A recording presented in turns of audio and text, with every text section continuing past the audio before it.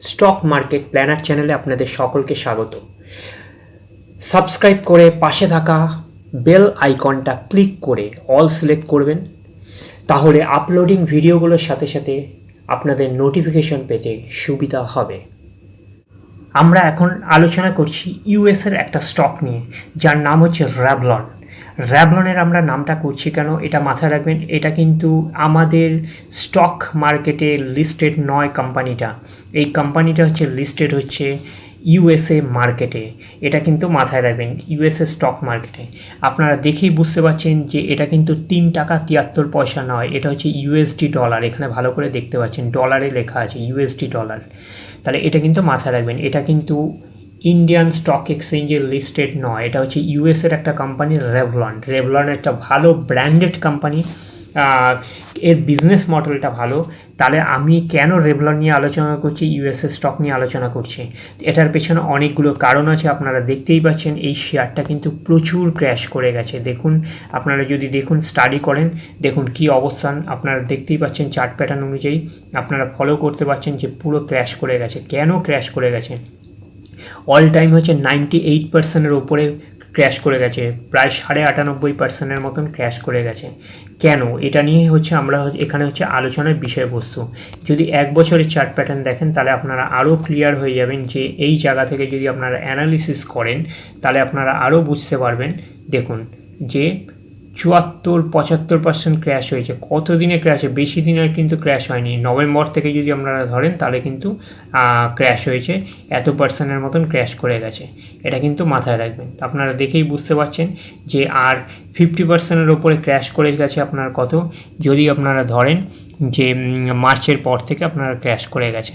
আপনারা দেখেই বুঝতে পারছেন যে পরপর কিন্তু ক্র্যাশ করে যাচ্ছে। কেন? এটার পেছনে যে এই কোম্পানিটা দেখেও বুঝতে পারছেন যে আপনারা ফান্ডামেন্টালি উইক কোম্পানি, এটা বলবেন। হ্যাঁ, এটা ঠিকই কথা যে চার্ট প্যাটার্ন থেকেই আমরা বুঝতে পারছি যে ফান্ডামেন্টালি স্ট্রং নয় কোম্পানিটা, ফান্ডামেন্টালি উইক কোম্পানি র্যাভলন কোম্পানি। তার কারণ কি? র্যাভলন কোম্পানি বিজনেস মডেল ভালো। আমি কিন্তু আবারও বলছি, বিজনেস মডেল ভালো। যে বিজনেস মডেল ভালো থাকতেও হচ্ছে ফান্ডামেন্টালি উইক কেন? তার কারণ হচ্ছে এরা প্রচুর লোন নিয়ে ফেলেছে, লোনটাকে ঠিকঠাকভাবে ইউটিলাইজ করতে পারেনি। এর আগেও আমি বলেছি যে লোন নিয়ে বিজনেস করা ভালো, যদি সেটাকে এক্সপ্যান্ড করা হয়, এক্সপ্যান্ড করার পরে যদি তার প্রফিটেবিলিটি ভালো হয়, তাহলে লোন নিয়ে বিজনেস করা ভালো। তো এরা হচ্ছে প্রচুর লোন নিয়ে নিয়েছে, লোনটাকে সেভাবে এরা ম্যানেজ করতে পারেনি। সেই কারণে হচ্ছে কোম্পানিটা লস থেকে লস হয়ে গেছে, লসের পর লস বাড়তে গেছে। সেই কারণে কিন্তু স্টকটা ক্র্যাশ করে গেছে।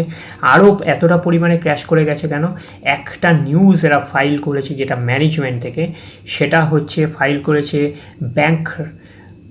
ইনসলভেন্সি, যেটাকে ব্যাংকরাপ্ট বলা হয়। ব্যাংকরাপ্ট বা ইনসলভেন্সির ফাইল করেছে দেউলিয়া। যে এরা যে লোন নিয়েছে, সেই লোনটা এরা ফেরত দিতে পারবে না। সেই কারণে ইনসলভেন্সি বা ব্যাংক রাপ্টের যে এরা ফাইল করেছে, যে সেই কারণে হচ্ছে এরা কিন্তু ফাইল করেছে। এই ফাইল করার পরেই কিন্তু শেয়ারটা কিন্তু ক্র্যাশ করেছে।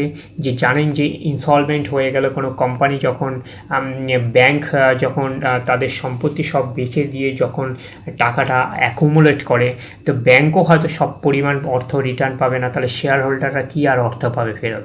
কিছুই পাবে না, তার জিরো।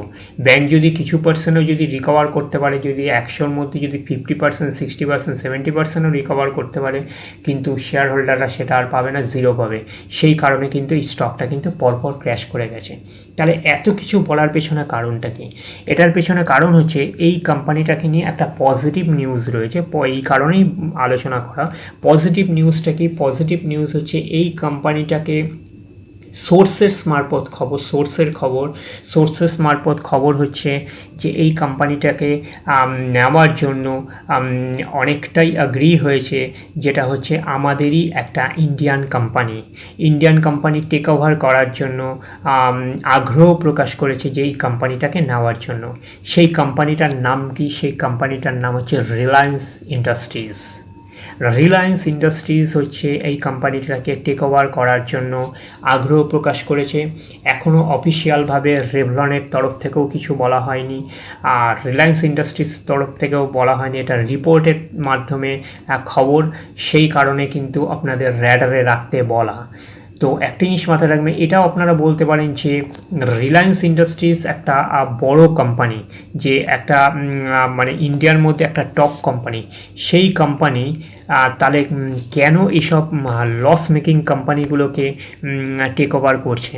তার কারণ এটা একটা জিনিস মাথায় রাখবেন যে রিলায়েন্স ইন্ডাস্ট্রিজ এরকম অনেক কোম্পানিকে টেক ওভার করেছে, যেগুলো ডুবে যাচ্ছিল কোম্পানিগুলোকে, সেই কোম্পানিগুলোকে আবার কিন্তু তুলেছে। যেরকম হচ্ছে ডুবন্ত জাহাজকে যেরকম তোলা সম্ভব হয় না, কিন্তু এদের ক্ষেত্রে কিন্তু সেটা পসিবল হয়েছে।